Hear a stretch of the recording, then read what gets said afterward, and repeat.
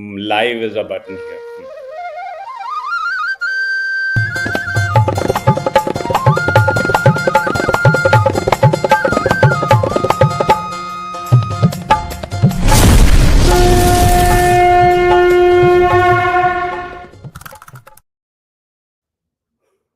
Okay. So hello viewers. I have a very interesting guest today from America. Her name is Stacey Schneider.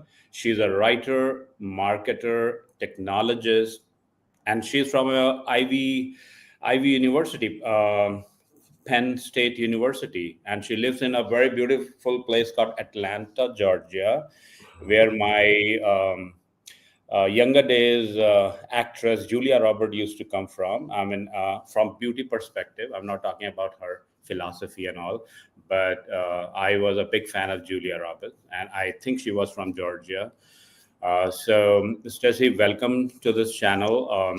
I basically try to connect with the students from undergrad to masters and above, and tell them about the AI aspect, because there's a lot of questions in the mind of the young people, whether AI is an opportunity or it is going to take away the job, and the guys have to why are they spending so much money in the university education when there is no job? All those type of questions I'm hearing from the kids. So and you are in the industry. You are the pioneer who was in charge of unicorn creation, something like Siebel, like Oracle. So you know the product side of it, and your that kind of experience will be so valuable for the folks who are listening to you. So, Stacey, welcome to this channel, and I would like to hear from you.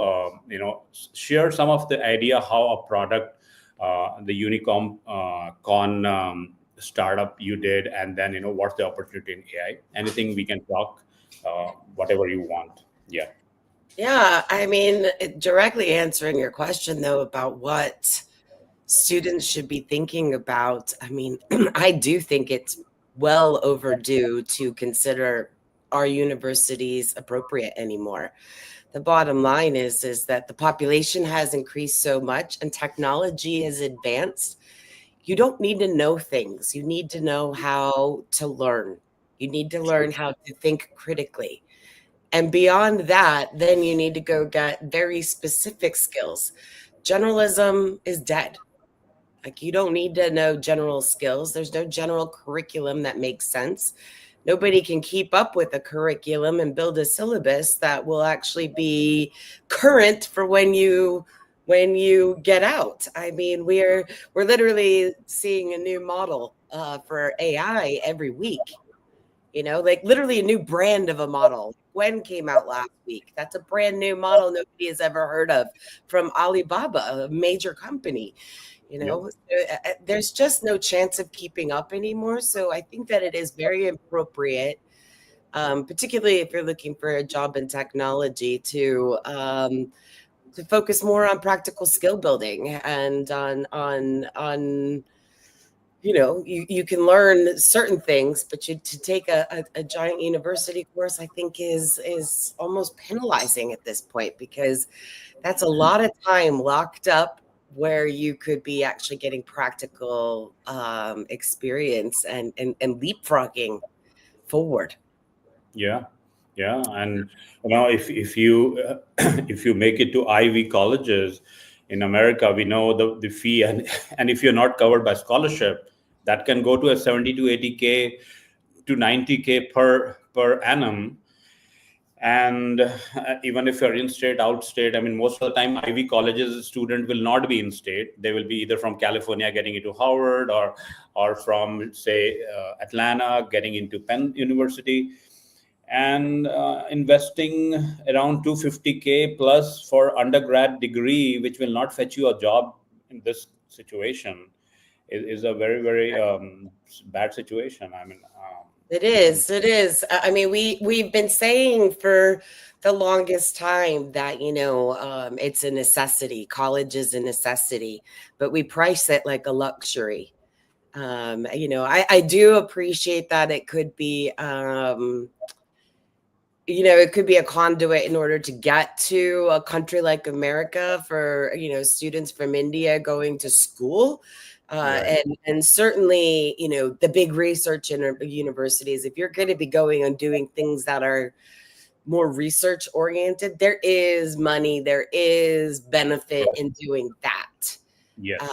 But unless you're 100% passionate and already like kind of an expert in a domain, I don't see where that's really the best play these days. Agreed. Agreed. And there are around. Yeah. Go ahead. Sorry. And then frankly, for the rest of the folks who are looking at what your job is, your job isn't going to be replaced by AI entirely. No job should be. However, if you don't know how to drive AI, if you don't know how to manage it, to supervise it, to organize it so that it's, you need to know your job, and you Right. need to know how to critically think and make sure that you're keeping AI on the rails. Because right now, AI is, when you go and test it on the various tasks that they go and, to say that it's achieving AGI. So it's going to be generally as smart as a human. We're still testing below 10%, which is pretty cool, but still it's below 10%. I mean, most of the models are testing around 6. DeepSeek made a lot of noise a couple weeks ago because it got to 9%. Like, so these things they're very good trained monkeys, but they're not Mm. actually able to critically think very well. The reasoners are helping, but you really do need to have multiple models working with you and a person that is able to think. And so there is more important jobs for humans now. But if you're not willing to think, then I suggest you go into some sort of I don't know, a service job. Got it. You Yeah. know? Yeah. The jobs are going to be knowledge worker jobs are going to definitely involve AI. And then the rest of it is going to be about building experiences for people. So the restaurant industry or tourism or I mean, like adventurism, like, I mean, there's a lot of it, those kinds of things. I mean, those are Mm. going to be the two main areas for folks, I think. Yeah. Yeah. So definitely, it should be the skill-based education system. Academic degree, undergrad will not fetch you a job, guys. You have to go for a master's and PhD, where you actually start doing critical thinking on the subject and becoming a subject matter expert. So make your right investment. Don't put your fortune of your and your parent. Huge, because definitely there's a shifting time. It's a transition time post COVID. The economy, the world, the geopolitics, everything is shifting. It has not reached a stage, I would think, where it has stabilized, and we can see that in every walks of life across the world. But So yeah. also, it's never stabilized. I mean, over 70% of the jobs that exist today didn't exist 50 years ago. We're only living in a time of change, and these things have been evolving for ages. Mm. HVAC jobs didn't, like if you're working to fix an air conditioner, well, those didn't exist 100 years ago. You know what I mean? Like we've been in a state of change. So to go and complain about it now just means that you haven't been picking up on the memo from history, right? Yes, true, true. And and Stacy, not only that, and the engineering has changed, but I was seeing a lot of the I would say now they are more focusing on the prompt engineering, right? So there's a huge set of, in fact, it has become a new branch, or a category within engineering, where they're saying you need to do more on, again, it's not an engineering, it's all language, but people are I saw a lot of universities coming out with courses called prompt engineering. I'm not sure Mhm. what they'll be teaching in that, um, but that's one area which they're saying it will. But in Prompt now, engineering is literally also just trying to critically think.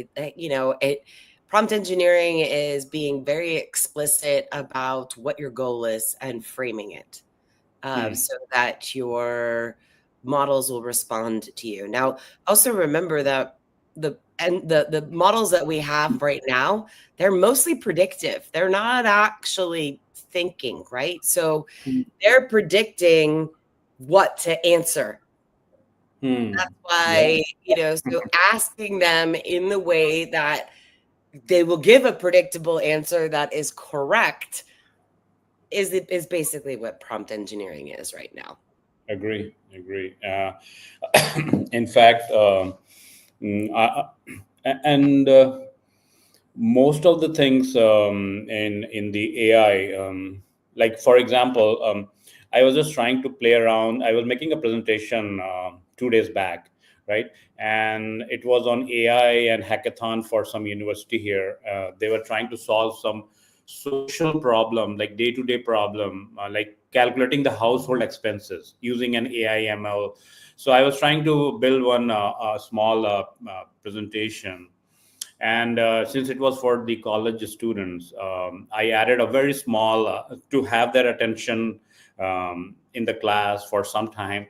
I made a small movie, like I would say 2 minutes or 3 minutes. What I did was I took some content from my book, some historical story, and used that in the chat GPT, saying that give me a prompt for this. So they gave me a prompt, scene wise, right, which was so interesting. And then I took that prompt, copied into meta.ai, and said create an image for this.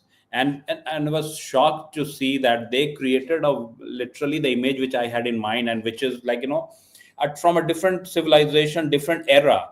And so my where I'm coming to you is, so it created that, and then I clicked animate button. I created 4 or 5 scene wise animation, and I use a software to add them into one, stitch them into one video, and made a small movie out of it, right? Now what I realize, and you just mentioned about critical thinking, if AI is doing all this thing, Stacy, where is the scope for humans critical thinking? It will read all my books, all my scholars work, and it can itself start creating all those things. Then where is our scope as a human? And when you said about critical thinking, I'm Well, just you're thinking. directing it, like, I mean, we're all just going to become, content creators on steroids. So having that conversation and like and figuring out what you wanted to have for all those images, I mean, that was your critical thinking there. It was your figuring out and then evaluating whether or not, it gave you a good answer or not. Like, did you like Right. that image, or did you Hmm. have to go and refine it? You know, the it's probably pretty rare that it gets at the first shot, right? Like Yeah. you usually kind of go for a variety of them, even if it's just to have some selection. You might still pick the first one, but you go through the Correct. process. Well, Keep you on feel like, generating. okay, yeah, that really was it, right? Yep. I find that the biggest value of AI right now is getting you past the power of the blank page. That's what I call it. It's when you're trying to go spur creativity. Hmm. I'm going to go write something. I start to think about what is my objective? What is my audience? I write those things down and I ask AI to give me something. And it probably gives me something that I might, steal a paragraph from, but it gives me like a page of stuff, right? But Hmm. still, like that gets me past writing that first paragraph, which, I mean, if you've been a writer before, sometimes that can take days to come to you. You know what I mean? So, getting you immediately productive and having something to react to is a great way for humans to start thinking. It breaks that blank page. Like it can be very, very intimidating to be staring at a blank page, right? So AI can help you get past that whole process. And that's one of the main reasons why it's so productive. So the generation of the kids we see today, like Gen X, Gen Alpha, and all those young kids, they are called real generation kids. They will be hooked to a smart device and they will be just scrolling around. Where is the scope and where is the learning for them to be critically thinking? They are so much tied to the sentiment algorithm that they spend an hour before they're realizing that an hour has passed, right? So it's a worrisome time, and also it's like we need to come out with as a product or the content creator how to help these younger generation. They are so much hooked. So unless until they read a lot, like in olden days we were made to read so much. Mm. If they don't read, where will that thinking come, right? The repository will be, I would say, not. I mean, it's not that they're not learning, but it's like 2 minutes of content. It's not the solid content, I would think. I mean, any take on it? How you see this? Well, yeah, actually, I had an interesting conversation about this on Friday. I think that this is all kind of a temporary state, the death scrolling on devices. Increasingly, like I actually just read a statistic this morning that like Facebook is for those younger generations, like less than 40% of them are on it, whereas 10 years ago it was more than 70%. A lot of the younger kids just don't care anymore. Technology in general is also moving away from having screens. Hmm. We all hate them. We've all been bound to them, and this is new, and we all didn't like them.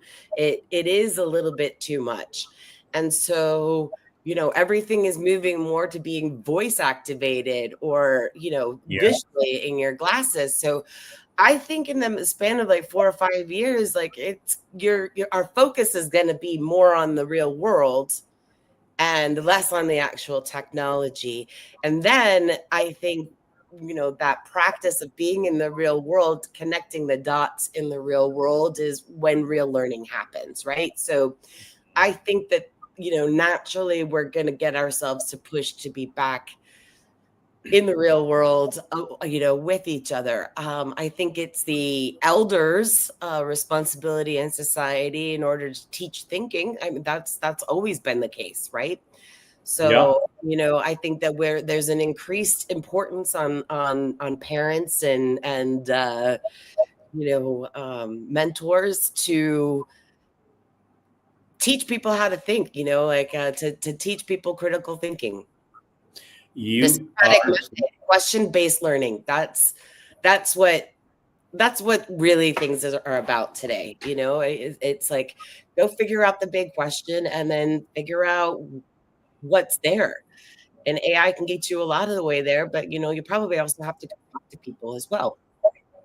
So is it, if I understood correctly, it's like going back to the basic where we as a family, like, the kids, the grandchildren has to go back to their grandpa, listen to the stories, do more interaction, and let their emotion coefficient reach the maximum, and also learning, because empathy is also missing. I was talking to one Japanese guy I met here in India on while on traveling, and you know what? He was from Virginia. He's become a good friend of mine, and his two kids are in US and in Guatemala. And he was saying, a Japanese guy, that Sharad, my country is dying. I said, why? He said, the kids are so much automated that the boys and girls have even forgotten what is the relationship between a man and a woman. Like they are so, every desire, every want is done through an automation, a robotic or something. And this was coming from a Japanese guy, and I was like, and then I realized that if we break the family setup, there will be a problem. And everything is related, I would see. How do you see anything in this, or it's like you don't agree, disagree on this? Well, I think that this is a natural uh,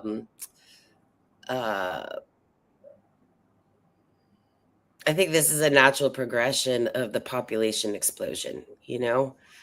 50 years ago, there was, 4 billion people on the planet, and now we're at over, 8 8.5 billion, you know, Yeah. like that's a lot of different people. And the weird thing is like the more people that come around, the more isolated people can be, you know, in small places. I don't know. It's easier to interact with people, and you know, I spent half of my adult life on a small island called Grand Turk in the Turks and Caicos Islands, right? Mm-hmm. And this island had between 3 and 4,000 people living on it the entire time. If you walk down the street, everybody is going to say good morning, good afternoon, good evening, good night. You know, everybody is going to say hello. Everybody is it's and it'll be known. If you didn't say hello to people all the way down the street, then everybody would be like, well, Stacey, something's got to be going on with her, and there'll probably be an investigation, right? And that's true, because in a small place, people take care of each other. But then, you know, you get into a city here, and I mean, it's very tragic. But I had a friend that passed away last week, and he'd been at his home for 4 days before Mm-hmm. anybody found him. You know, and that was truly tragic. But that's something that happens in a big city. You know, even though his family lived only a couple miles away, it's a big city and people are busy, and you slip through the cracks. And so I think that right now we're probably in a process of getting back to being small.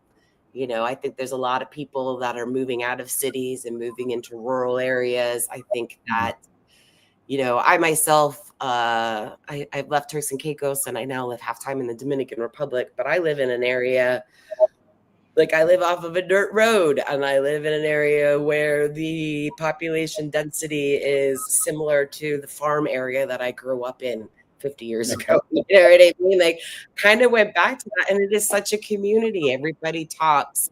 You know, I know what's happening with the power line going down the road over, you know, not even in front of my house, because the whole neighborhood talks, you know?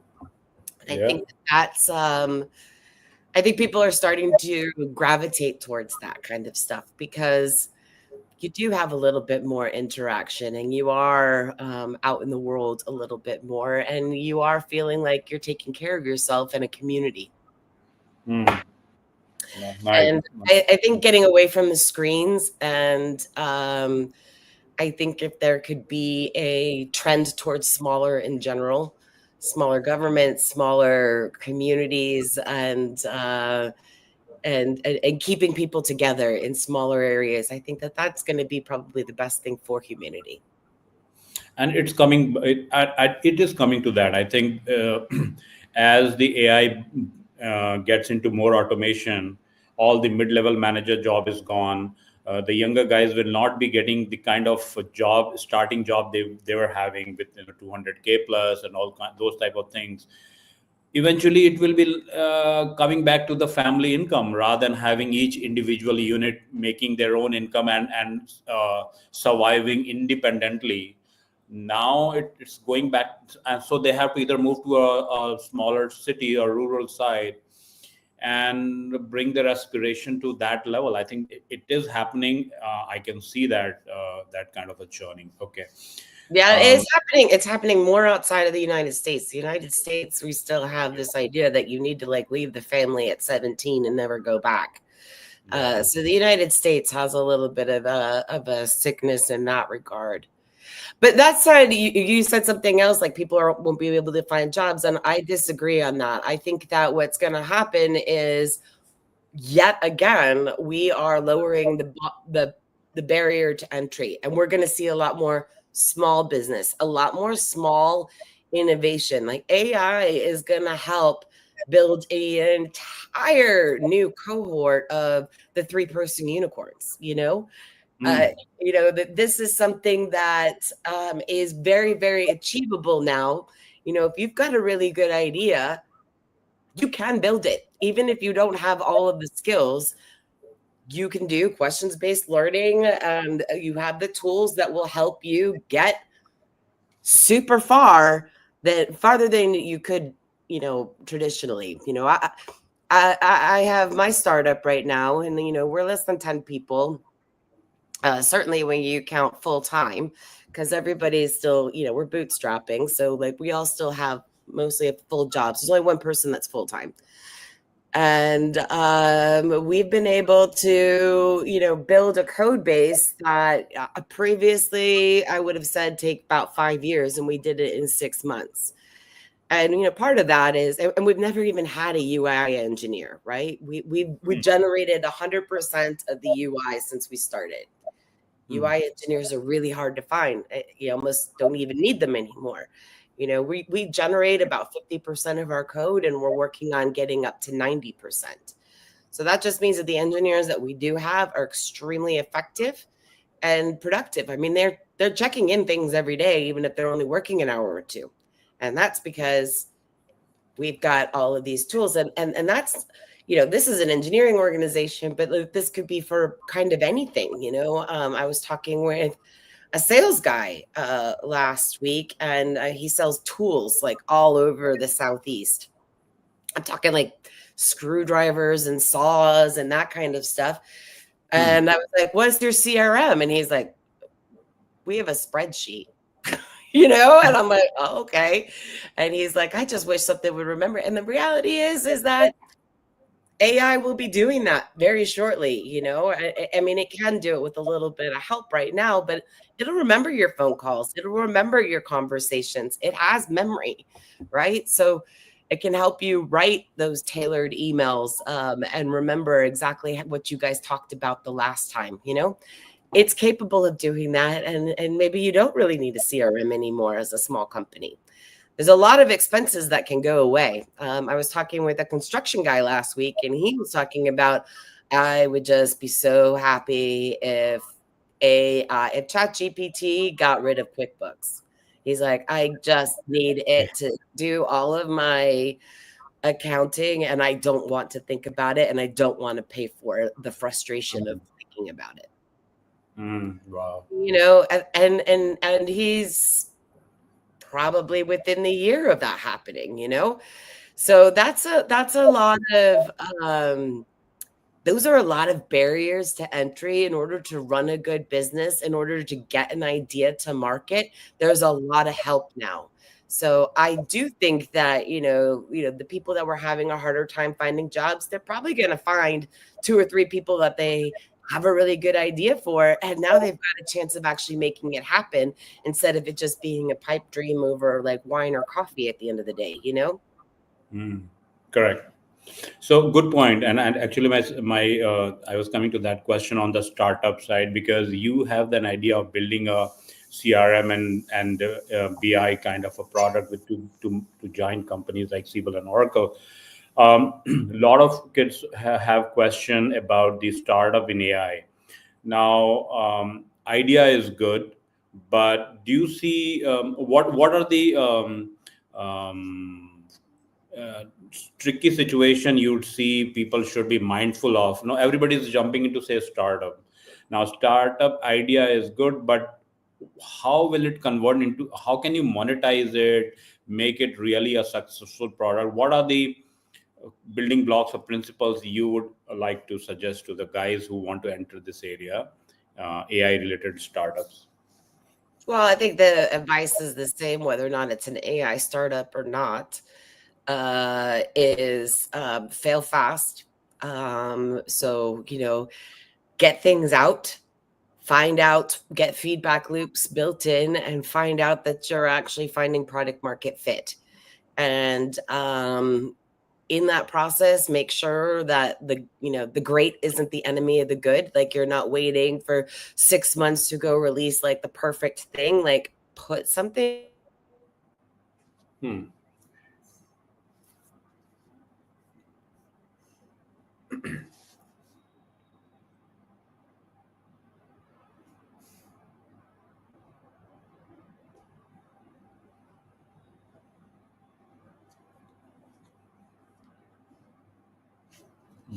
I may have some signal issue. So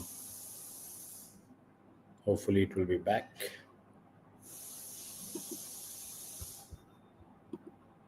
Okay, I'm fine from my end. Looks like we have lost Stacey. I'll ping her because my side internet is fine. I'm refreshing it and it's fine. Yeah, I think she dropped. So, guys, we are having a great conversation. Hope she joins back soon. But Stacy brings a lot of experience on the product building side, and we were connected since Siebel days, since 2003 and 4, and so that's where we are. And let me see if she has message. Okay.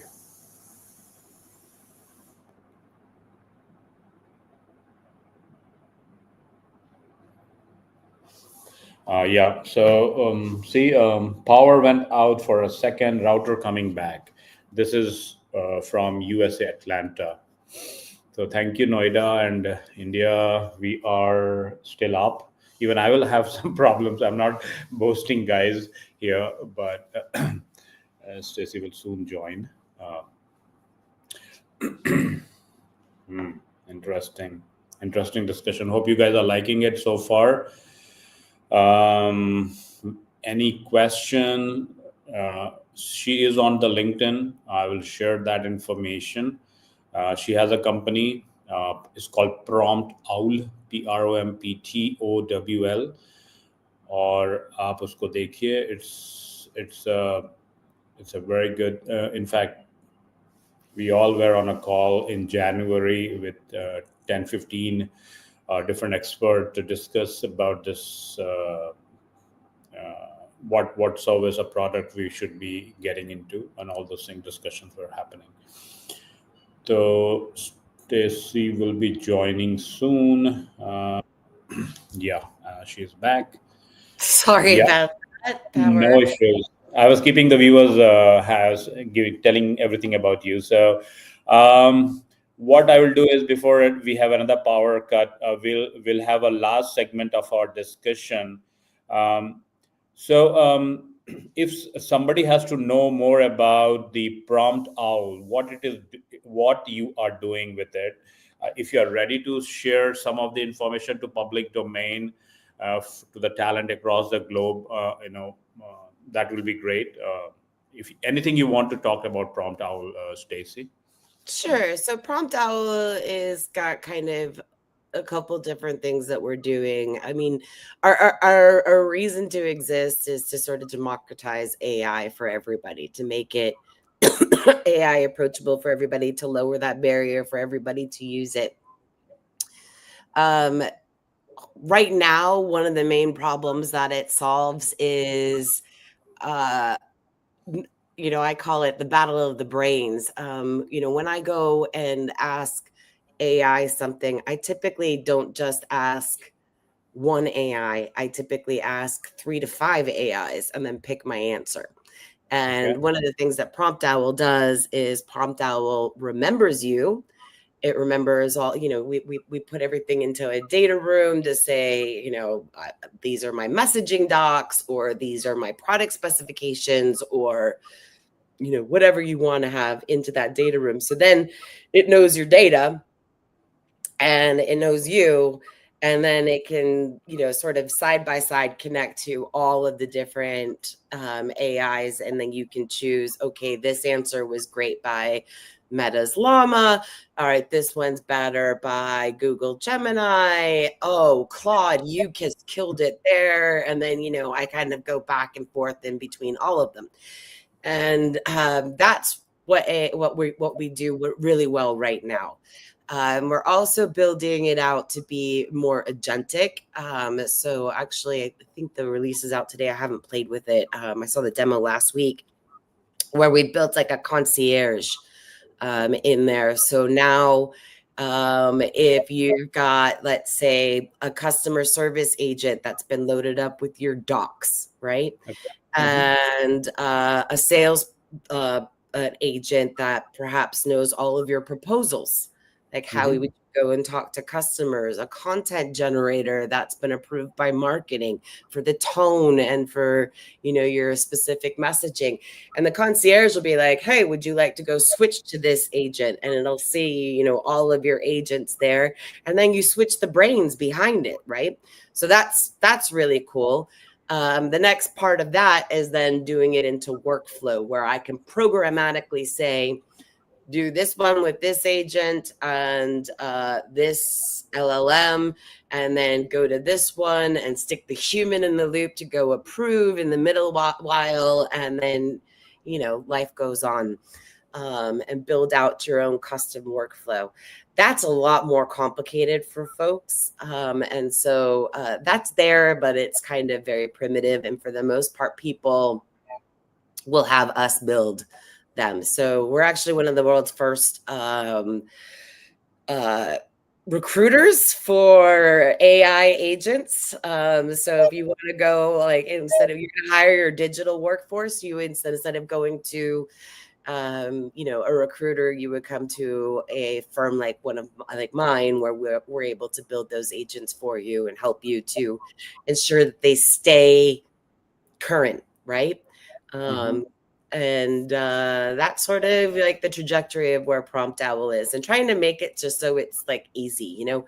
Ultimately we'll be having the experience where the agents are built by simply chatting, and I'm talking chatting with your mouth to a chatbot.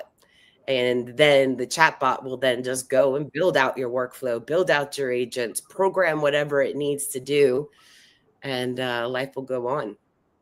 Wow. So I heard one interesting thing you said about tonality, and I was thinking, because in sales, tonality is so important. It's not only how you pitch. People, if they don't like your tonality, any deal will go off the table. So, and if your AI can do that kind of a profiling, selecting the right sales guy, I mean, I'm like amazed. I'm really really surprised that what machine can do. Yeah, I Wow. can. In fact, I think I published it today. If you go out onto our YouTube, you could see how I had a post that was rewritten. I wrote a post on Friday that said SaaS is dead, long live agents. And basically the premise of it is that AI doesn't need a user interface. Mhm. AI doesn't really truly need a big system like a CRM system, like a Siebel or a Salesforce. Like the three-person, my three-person tools company, like he doesn't need Mhm. that, right? You can actually, we're going through a massive verticalization, and agents don't need to talk to a user interface, and agents don't need to have necessarily a service. They can kind of build what they need at the moment. Okay. So I had the post build that. And, if you go in and have any kind of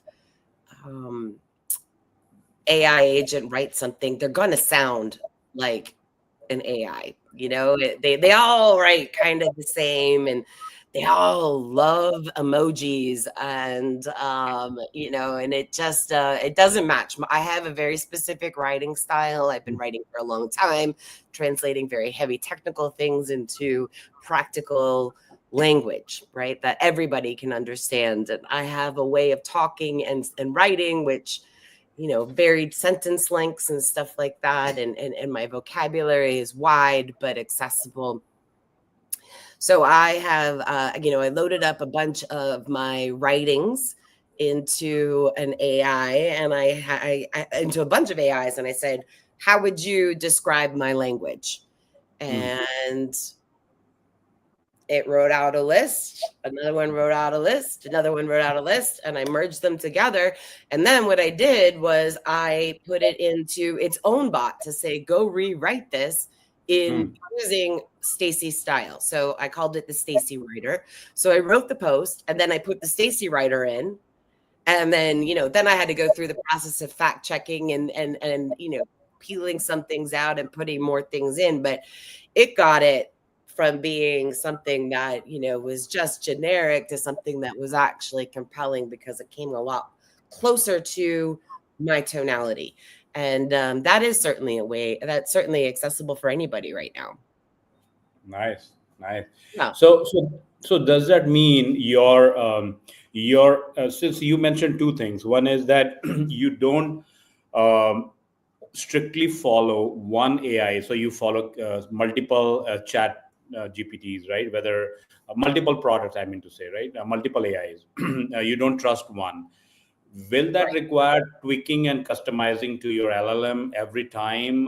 Because in tomorrow there will be 15 more coming, similar attributes, Well, some that's different. why we built PromptOwl, because you don't have to train the LLM. It's all in PromptOwl. So Great. all of that memory, like the memory about you, the memory about your documents or your websites or whatever, that you need to have, that's in PromptOwl. And so then literally the LLM becomes very switchable in the back. Like, Okay. it doesn't matter what the Okay. LLM is. So yes, I mean, as a best practice, I probably use 7 LLMs on the daily basis. Nice. And I don't think that that's going to slow down. I think that, we're in the age, like the big LLMs, there'll probably only be a few more, but there's going to be a lot of smaller ones. Like I can assume that there's going to be smaller LLMs for genetics information or for accounting or for, I don't know, construction sciences, that there'll be very small LLMs that'll be much, much better at the specific tasks that they do. If you think Hmm. about it, specialists are always better and generalists, they're good, but they're not specialists, and the same thing is going to happen with all of the LLMs. So I think it's going to be incredibly important that you're not attached to one LLM. I think you need to be able to use a lot of them.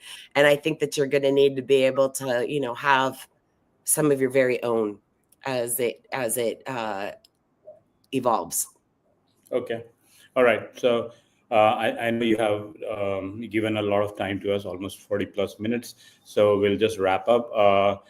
In the and in the future, if I need, definitely I try to reach out to you. But right now, so for this channel, we have one tagline. It's in Hindi language, but I will explain you the meaning. It's like na or na chor par na karenge bor. Meaning, when we discuss any topic, we are not very definitive with the idea. We don't say this is the right way, this is the wrong way. We are open for discussion. That's the actual meaning. And eventually, every discussion has to be entertaining, because education through entertainment is an important part. So the way I would end with you, Stacey, is, and this I came to know. I was talking to a professor who who teaches math, and he is retired. He asked me one very basic question. Tell me, Sharad, what is 3 into 12 is? And I very proudly said, oh, this old man is asking such a simple question. 3 into 12, 36. He said, no, it's wrong answer. 3 Do you into 12, is that 4? 3 into 12 is 36. 3 into 12 is 36 is what I said. And he said it's a wrong answer, because and he said it's a English, where he has written to various school boards. INTO, the English word, is a preposition. So it means that how many threes are involved in building 12, and his answer was 4. It's Yeah, not that's what I would have thought. exactly. So he said, if you ask, if and a lot of kids by convention, when you say 3 into 12, they will straight away say 36, which is not correct answer, because that English preposition comes into the play. And a lot of people don't know that, and a lot of people made that mistake. And then he explained why language is important to understand science and math. And so it was just a fun question, not to test anybody's skill. But he said, if you ask Alexa the same thing, Alexa will not answer you directly. It will ask you different things. Just ask your Alexa or any automated device, how what is Alexa, what's 3 into 12? 12 divided by 3 is 4. Said 4. Exact. See, very good. Very. That's how we become smarter. So great, great. So, Stacey, thank you so much for your time. I really appreciate it. You're And welcome. Thanks for having me on. thank you. And I'll end the program. Thanks. Just wait Okay. for 1 second.